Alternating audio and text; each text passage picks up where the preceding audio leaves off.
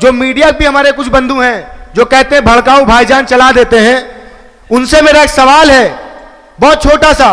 आम आदमी पार्टी भी यूपी में चुनाव लड़ने आई है, क्या वो वोट नहीं काटेगी? हम ही वोट काटेंगे।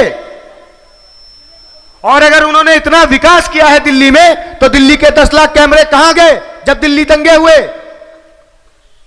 14 से ज्यादा दरगाहें शहीद कर दी गई, 2 मस्जिदों को निस्तनाबूद कर दिया गया, एक मस्जिद के पेशमाम के आंखों में तेजाब डाल दिया गया।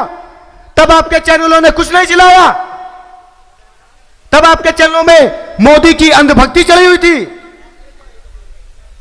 तब आप कहां थे जब समाजवादी पार्टी की सरकार में जियाउल हक की हत्या होती है, जो कि एक डीएसपी थे?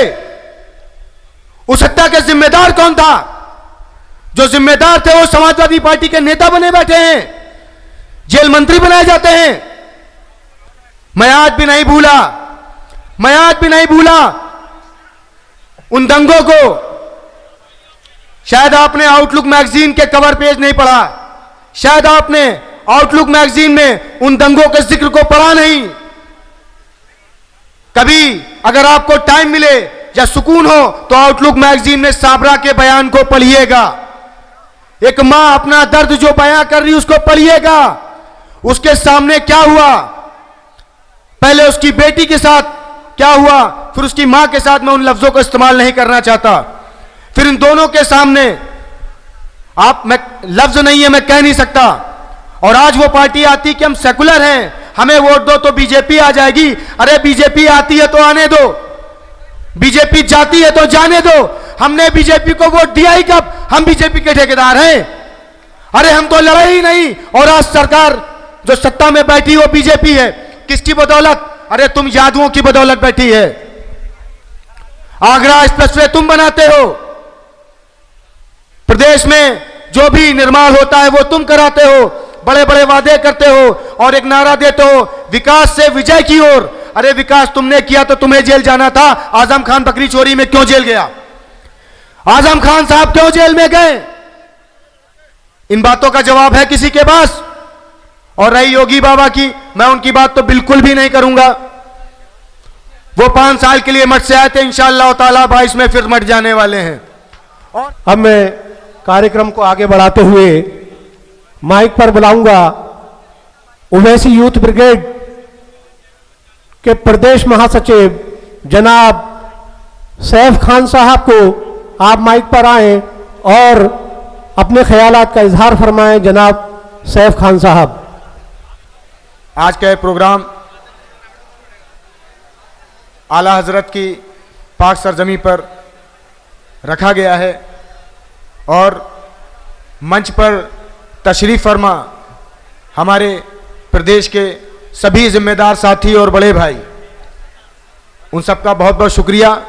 पिछले 4-5 दिनों से या ये कह लें पिछले 3-4 महीनों से हम लगातार ज़िले में, यूपी के जितने भी ज़िले हैं और जो भी विधानसभा हैं वहाँ लगातार मीटिंग कर रहे हैं, जा रहे हैं, अपना मजलिस का पैगाम लेकर जा रहे हैं, अपनी इन बातों के साथ जा रहे हैं कि हमें इस बार का जो चुनाव है, यूपी इलेक्शन का जो चुनाव है, हमें दूसरों की बात नहीं करनी कि उन्होंने क्या किया क्या नहीं किया।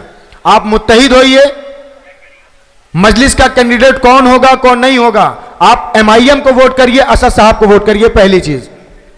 दूसरी बात मैं आपसे क्लियर कह दूं, इस बार जब आप वोट डालने जाएं तो कुछ चीजें अपने दिमाग में जरूर रखिएगा।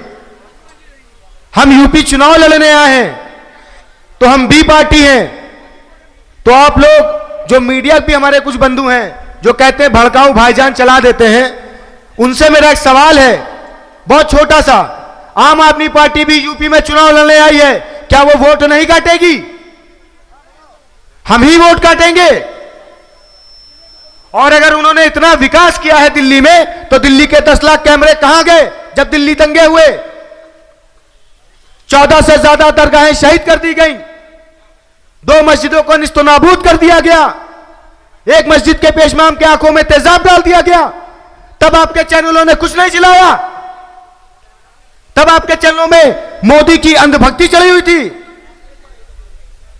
तब आप कहां थे जब समाजवादी पार्टी की सरकार में जियाउल हक की हत्या होती है, जो कि एक डीएसपी थे, उस हत्या के जिम्मेदार कौन था?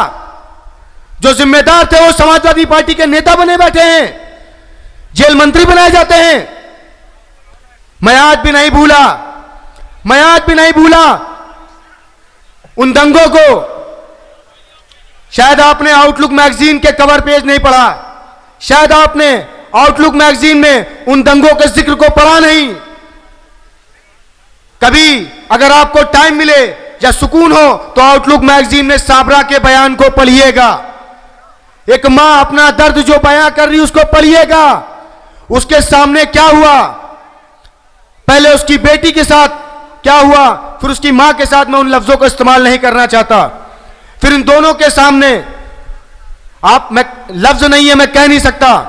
और आज वो पार्टी आती कि हम सेकुलर हैं, हमें वोट दो तो बीजेपी आ जाएगी। अरे बीजेपी आती है तो आने दो, बीजेपी जाती है तो जाने दो। हमने बीजेपी को वोट दिया ही कब? हम बीजेपी के ठेकेदार हैं। अरे हम तो लड़े ही नहीं। और आज सरकार जो सत्ता में बैठी वो बीजेपी है। किसकी बदौलत? अरे तुम यादवों की बदौलत बैठी है। आगरा एक्सप्रेसवे तुम बनाते हो,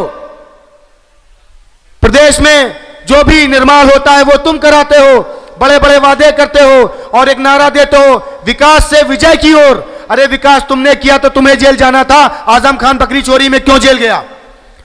आजम खान साहब क्यों जेल में गए? इन बातों का जवाब है किसी के पास? और रही योगी बाबा की, मैं उनकी बात तो बिल्कुल भी नहीं करूंगा।